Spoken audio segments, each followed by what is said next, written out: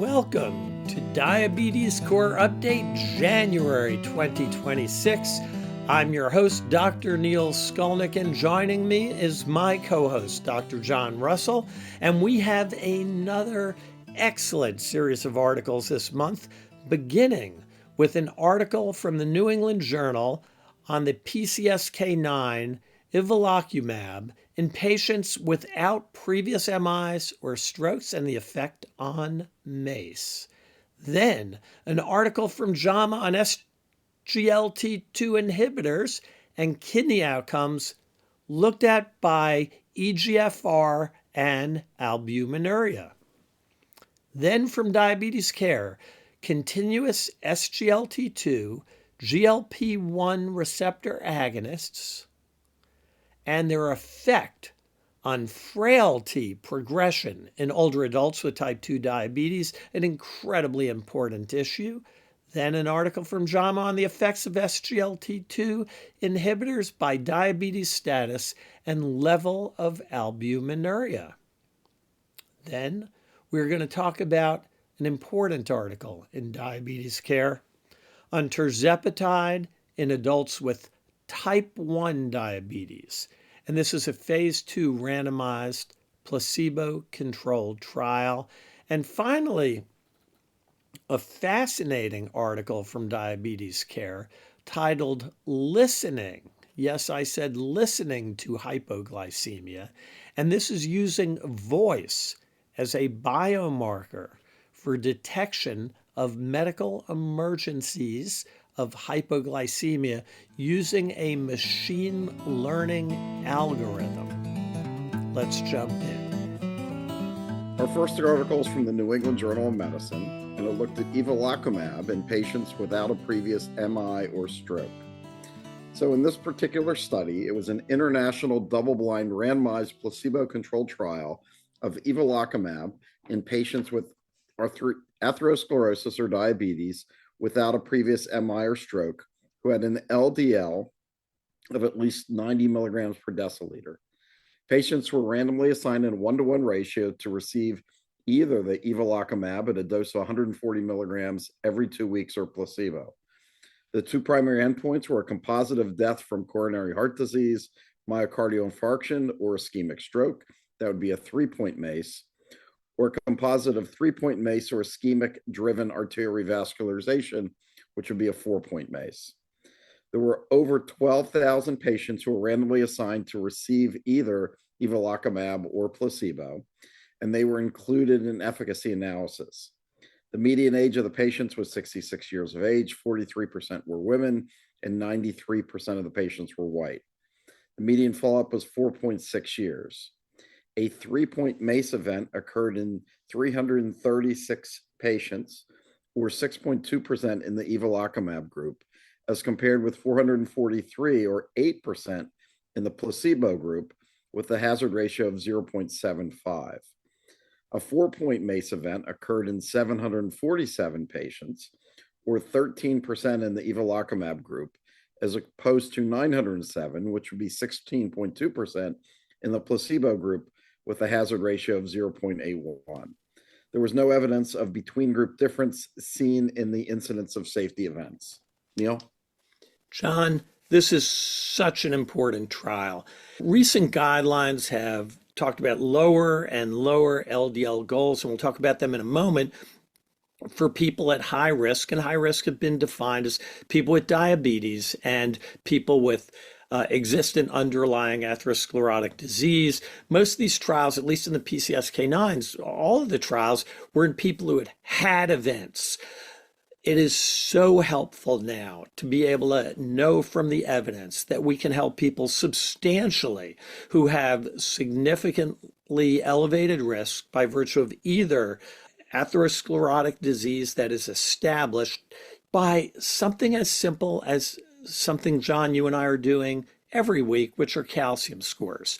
A calcium score over 100 opted someone in to this study as having underlying atherosclerotic disease. And the other group that's very common that we see in the office all the time are people with high-risk diabetes. The other thing that's interesting in this trial, in addition to a 25% decrease in MACE, there was a 20% decrease in death from any cause, and that was 7.9% in the treated group, 9.7% in the placebo group. That was a hazard ratio of 0.8, and it had a confidence interval of 0.70 to 0.91. Now you see that doesn't pass unity. If this wasn't low on the hierarchical analysis level, where one of the ones above it didn't meet statistical significance, this would have opted in for statistical significance. But because of the way statistics are done in clinical trials where things are predefined, which is very important, this can only be thought of as hypothesis generating. Nonetheless, this is a powerful effect, death from any cause, and in all likelihood represents truth. So what does this tell us? Well, guidelines have recommended progressively lower levels for LDL, with the cholesterol less than 70 now recommended by the American Diabetes Association for people with diabetes, and by the American Heart Association in 2022, less than 55 for people at very high risk. You usually can't get there with a statin alone. You sometimes get there with statin plus ezetimibe. I think we are way underutilizing PCSK9s, and this trial is going to be important in putting that to the forefront of our attention and establishing the evidence base to treat more people with PCSK9s who don't have LDLs below those low goals. Our next article from JAMA is a meta-analysis of SGLT2 outcomes. And the importance of this trial was that SGLT2 inhibitors reduce CKD progression in individuals with type 2 diabetes, CKD, or heart failure. However, their effects in people with stage 4 CKD or who have little to no albuminuria remains unclear. They assessed in this trial a large meta-analysis of SGLT2 inhibitor trials from the Cardiorenal Trialists Consortium. These were all randomized, double-blind, placebo-controlled trials. And what they found among over 70,000 participants, average age 65 years of age, in 10 randomized trials, 3.3% experienced CKD progression, and 1.4% reached kidney failure. SGLT2 inhibitors reduced the risk of CKD progression with a hazard ratio of approximately 0.6, that is a 40% decrease, irrespective of baseline eGFR and irrespective of baseline albuminuria. Although the magnitude of protection varied, SGLT2 inhibitors reduced the annual rate of eGFR decline across all eGFR and UACR subgroups, including participants with and without diabetes. John? So, Neil, I think this is kind of an interesting article. The first thing, it's a meta-analysis, and anytime you look at a meta-analysis, it's really as good as the studies that are included and the studies that are excluded. This seems to be a study that seems to have included a lot of the right studies and has 70,000 people in it. So probably we can infer from that large a meta-analysis probably a little bit of light on the subject. The KDIGO guidelines of 2024 talk about not necessarily starting a SGLT2 in those who don't have albuminuria and have a GFR above 45. So in this particular study, they really looked at different GFR subgroups, different albuminuria subgroups. And basically the takeaway from this study is in every instance that someone has CKD attached to them as a diagnosis, regardless of which of all the categories on the heat map you go into, they would recommend that people get put on an SGLT2 and really decreasing progression. And you kind of talked about all these numbers that hazard ratio that living in that 30 to 40% decrease. So pretty powerful. Certainly, we'd like people to not progress into having kidney failure or needing dialysis.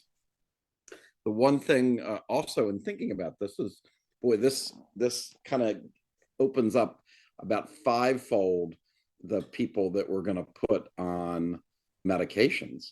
Well, dapagliflozin has moved to the generic space.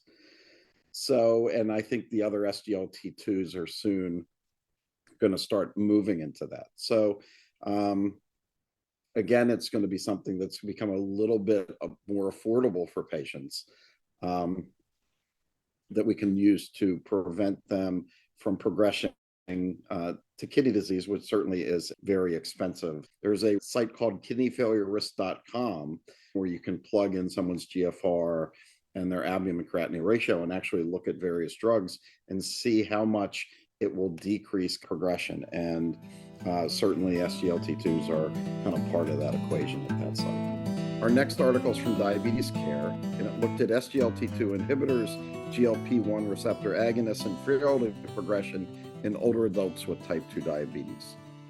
So older adults with type 2 diabetes are at high risk for frailty, and this study looked at the effect of GLP-1s and SGLT2s on frailty. So this study used a 7% random sample of Medicare data, and the researchers compared new users of DPP-4s, GLP-1s, SGLT2s, and sulfonylureas on a one-year frailty progression, measured by claims-based frailty index with a range of 0 to 1, with higher scores indicating greater frailty. Mediation analysis assessed whether cardiovascular safety events explain the differences in frailty progression. Compared with the DPP-4 users, the mean claims-based frailty index change was significantly lower for the GLP-1s, a decrease of 0.011. SGLT2 also had a decrease of 0.005. There was no difference found for sulfonylurea users. These associations were minimally mediated by cardiovascular or safety events. Neil? John, I really like this study because I think frailty is a really important issue. As you know, I'm also boarded in geriatrics and spend a good deal of time taking care of older adults. And I always worry with all sorts of medicines whether or not the effect that we're seeing in younger, more vigorous people, in whom most of these medicines are studied, whether the effect is actually the same in older adults. One of the things that I thought was wonderful with dapagliflozin in the DELIVER trial, looking at heart failure with preserved ejection fraction, they actually did a subgroup analysis.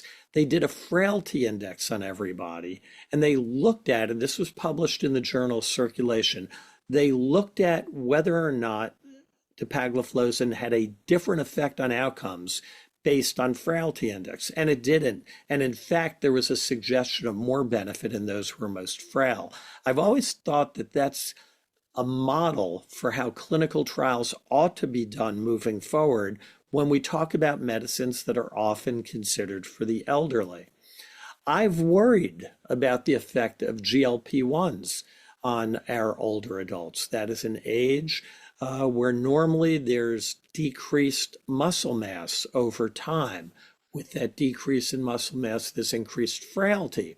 Well, what this trial does is reassure me immensely that GLP-1s are safe, SGLT2s are safe, and not only safe in these older adults, but might actually diminish the movement toward frailty. Yes, in the study, they gave some reasons. Maybe they protect by reducing cellular senescence and improving mitochondrial function and inflammation and oxidative stress, and on and on. I'm not sure that we know why. And clinically, I'm not as convinced that it reduces frailty, but this trial just you know, nails it in saying, yes, I can feel comfortable in using these two classes of medicines in my older adults without worry about inducing frailty. Our next trial is from JAMA, and it is titled The Effects of SGLT2s by Diabetes Status and Level of Albuminuria. It is a meta-analysis. Guidelines offer different strengths of recommendation based on diabetes status and UACR. The objective of this trial was to assess the relative and absolute effects of SGLT2 inhibitors across efficacy and serious safety outcomes in individuals stratified by diabetes status and UICR either above or below 200. It included 8 randomized clinical trials for a total of over 58,000 participants with a mean age of 64 years. There were about 49,000 with diabetes and almost 10,000 without. They compared in all of the trials SGLT2 inhibitors versus placebo.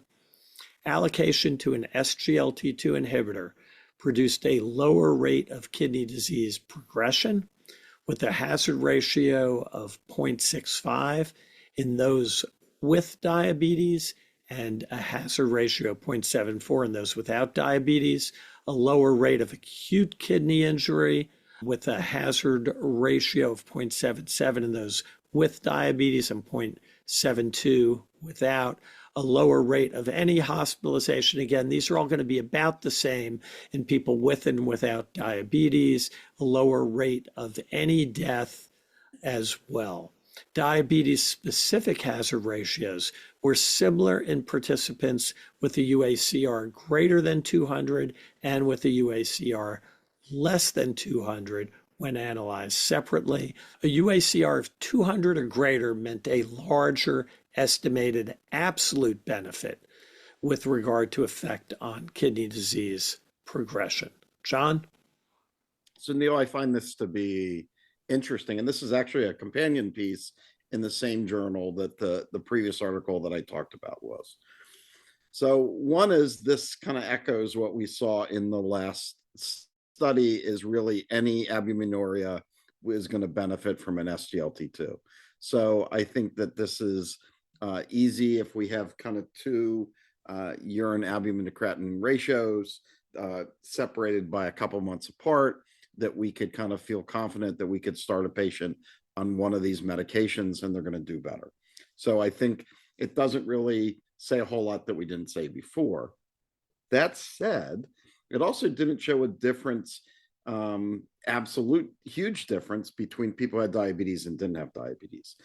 And I think if you look at kind of what is going to be a big part of primary care over the next 10 years is probably preventing the progression of kidney disease.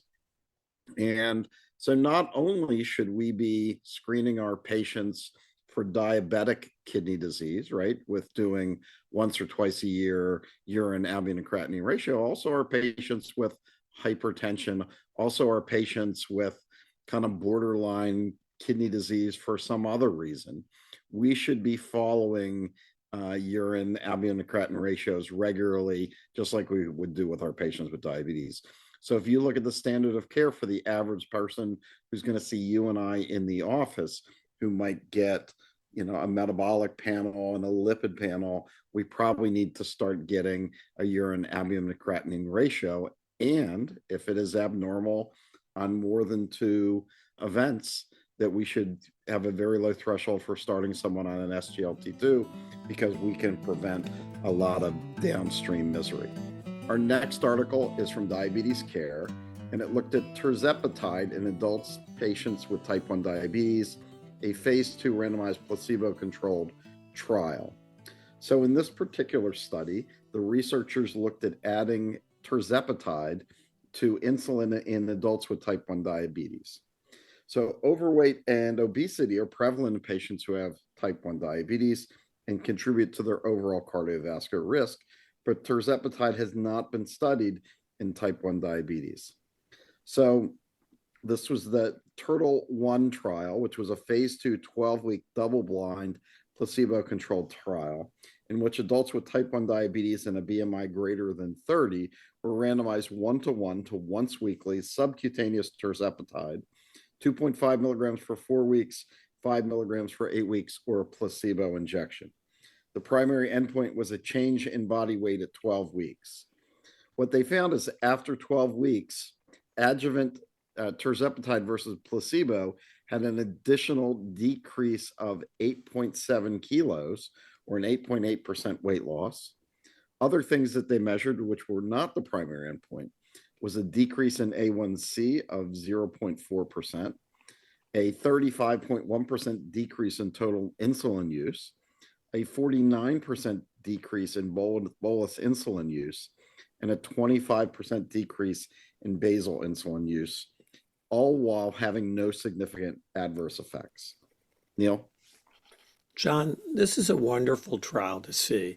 There have been 4 other trials with GLP-1s, 2 with liraglutide, 2 with semaglutide, all of which has shown in different versions of the same thing, meaning a decrease in weight, an improvement in A1C, along with decrease in insulin needs. Here, wow, you had about a 30% decrease in total daily insulin. That's impressive. An improvement of zero point 0.4 in A1C and a substantial weight loss. We often don't think about type 1 as needing these medicines, but when we stand back from things, we recognize that almost 80% of adults with type 1 diabetes aren't achieving their glycemic targets. And in fact, over time, about 2/3 of adults with type 1 also have overweight or obesity. So there's a real need for additional medicines. Hopefully, some of these will move forward to be FDA approved because it clearly is an area of need where there is off-label use and now increasingly good data to support their use. Again, recognizing that this particular trial was quite small and we do want larger trials in people with type 1. Our final trial is a fascinating trial in diabetes care titled Listening to Hypoglycemia, Voice as a Biomarker for Detection of a Medical Emergency Using Machine Learning. And the authors got this idea here to develop a machine learning approach for non-invasive hypoglycemia detection using people's voices. They collected voice data over 500 recordings with a smartphone in a standardized fashion in people with euglycemia and hypoglycemia in 2 sequential studies of people who had type 1 diabetes. Using this data, they trained and evaluated a machine learning approach to detect hypoglycemia solely based on the sound and cadence of these people's voices. There were 22 individuals who were included in the trial. Half were female, average age 37, average A1C was 7.1. And it turned out the machine learning approach was able to detect hypoglycemia with a high degree of accuracy. John?